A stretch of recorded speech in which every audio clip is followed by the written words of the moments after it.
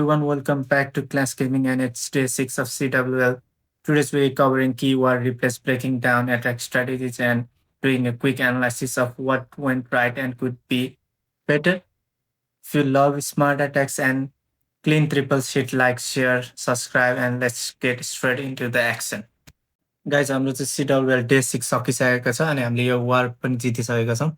हेरौँ है त हामीले 40 हानेको छौँ, अपोनेन्टले चाहिँ जम्मा 35 भन्दा हान्न सकेको छैन। हेरौँ है त कस्तो एट्याक हाने रहेछ। म फ्यु फेल एट्याकहरू पनि कभर गर्छु अनि त्यसपछि फ्यु 3 स्टार एट्याकहरू पनि कभर गर्छु है त फ्रम बोथ साइड। फर्स्टमा जाउँ केटिएम प्रविङले हानेको नम्बर 5 को बेस हेरौँ है त कस्तो हाने रहेछ। एट्याक चाहिँ फेल भएको छ तर हेरौँ न कस्तो हाने रहेछ। 2 स्टार मात्र आएको छ यसमा। स्टार्टिङ त राम्रो नै रहेछ। हेरौँ है त यसको इन्भिज पनि एक्टिभेट भइसकेको छ, एबिलिटी दिएको रहेछ। सायद उसले आरसीको एबिलिटी सायद आरसी मरेको रहेछ, वार्डेन पनि मरेको रहेछ, त्यही भएर होला। उसले लाइफ जेम युज गरेको भए चाहिँ यहाँनिर बेटर हुन्थ्यो जस्तो लाग्छ है मलाई। वार्डेनको चाहिँ खासै लाइफ धेरै हुँदैन, त्यो भएर चाहिँ वार्डेनकोमा लाइफ जेम युज गऱ्यो भने चाहिँ अलिक बेटर हुन्छ।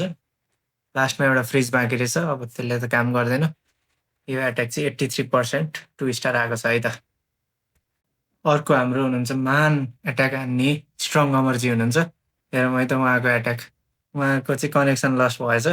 CWL मा कनेक्सन लस्ट भएर धन्न हामीले यो वार चाहिँ जित्यौँ 40 हानेर। अपोनेन्ट त्यति साह्रो स्ट्रङ थिएन तर उहाँको चाहिँ एट्याकमा आरसी चार्ज हानेपछि छैन एट्याक, कनेक्सन लस्ट। राम्रो भ्यालु निकालेको थियो आरसीले चाहिँ, त्यही पनि कनेक्सन लस्ट भएको छ। एट्याक हेर्छौँ पर्टेक्सको नम्बर 11, उसले पनि आरसी चार्ज हाने रहेछ। उसको एट्याक नट ब्याड होइन, यही एउटा फेल भएको छ। हेरौँ है त कस्तो हाने रहेछ। उसले आरसी चार्ज हानेको छ। आरसी चार्ज रिकल गरेर उसको चाहिँ ट्रुप्स चाहिँ 2 साइड गएको छ, त्यही भएर चाहिँ बिग्रियो यहाँनिर एट्याक। उसको ट्रुप्स चाहिँ हल्का आधी अर्को साइड आधी यता साइड घुमेछ, त्यही ओभरग्रोथ हानेर मिलाउनु खोज्दाखेरि बिग्रिहाल्यो। एटलिस्ट 2 स्टार चाहिँ हानेको छ, 1 स्टार भन्दा 0 स्टार भन्दा धेरै नै बेटर हो यो। हेरौँ है त। त्यहाँदेखि लास्टमा अलिकति टाइम फेल पनि भएको जस्तो देखिन्छ। त्यही भएर एउटा मोनोलिथ भएपछि त सकिहाल्यो, एट्याकमा अलिकति चान्सै हुँदैन आउने। 96 आएको छ, नट ब्याड है, 96%। यसै गरी हामी अर्को एट्याक हेर्छौँ। अर्को हेरौँ है त। अर्को नम्बर कति हेर्ने त 3 हेरौँ न त, असिमको हानेको। यो तलबाटै सबै 2 स्टार मात्र हानेको छ उनीहरूले चाहिँ, धेरै नै फेल भएको छ अपोनेन्टबाट। एउटामा 1 स्टार छ माथि सागरको बेसमा। हेरौँ है त। नम्बर 3 लाई हानेको छ। कस्तो हाने, सिधै आरसी चार्ज गर्दा रहेछ टाउन हल साइडबाट। अलि रङ साइडबाट आरसी चार्ज गरे जस्तो लाग्यो मलाई चाहिँ।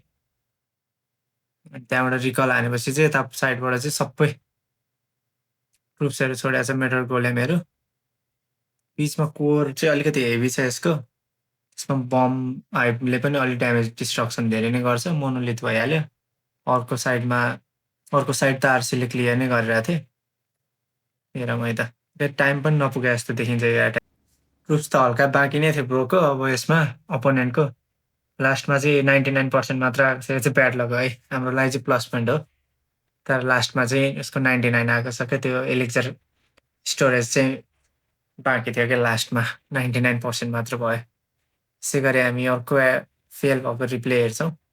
कसको हेर्ने त, 1 स्टार पनि हानेको छ। हाम्रोबाट चाहिँ 3टा मात्र फेल छ। हाम्रैबाट हेरौँ न त ट्रिपल हानेको 1-2वटा। यो भिडियो धेरै लामो बनाउँदिनँ म। हाम्रो मोटो दाइको हेर्नु पर्ला जस्तो छ, कता हान्नु भएको छ दाइले। हेरौँ दाइको रिप्ले हेरौँ है त। दाइको रिप्ले नहेरी त यो भिडियोमा मजै आउँदैन क्या। दाइले थ्रोवर युज गर्न थाल्नु भएको छ। अस्ति 1 स्टार हानेदेखि दाइले अहिले त फेरि 3 स्टार त ट्याङ्की ट्याङ हो। मजा आइरहेछ है चाहिँ। फनेलिङ मात्र हेर्नु न दाइको, यस्तो डेन्जर छ कि। ट्रुप्स त सबै कोरमा लिएर जानुहुन्छ दाइले। ल अब यति भएपछि त के चाहियो, 3 स्टार त इजी। थ्रोवर त सबै नै बाँचिरहेछ क्या। 2टा स्पेल दाइले स्वाग पनि हानिदिनुहुन्छ है, त्यो बाहिरतिर लगाएर फालिदिनुहुन्छ क्या। मजा आयो। दाइले एट्याक पनि सक्यो। लास्टमा चाहिँ यो मैले धेरै लामो बनाउन चाहिने यो भिडियो चाहिँ।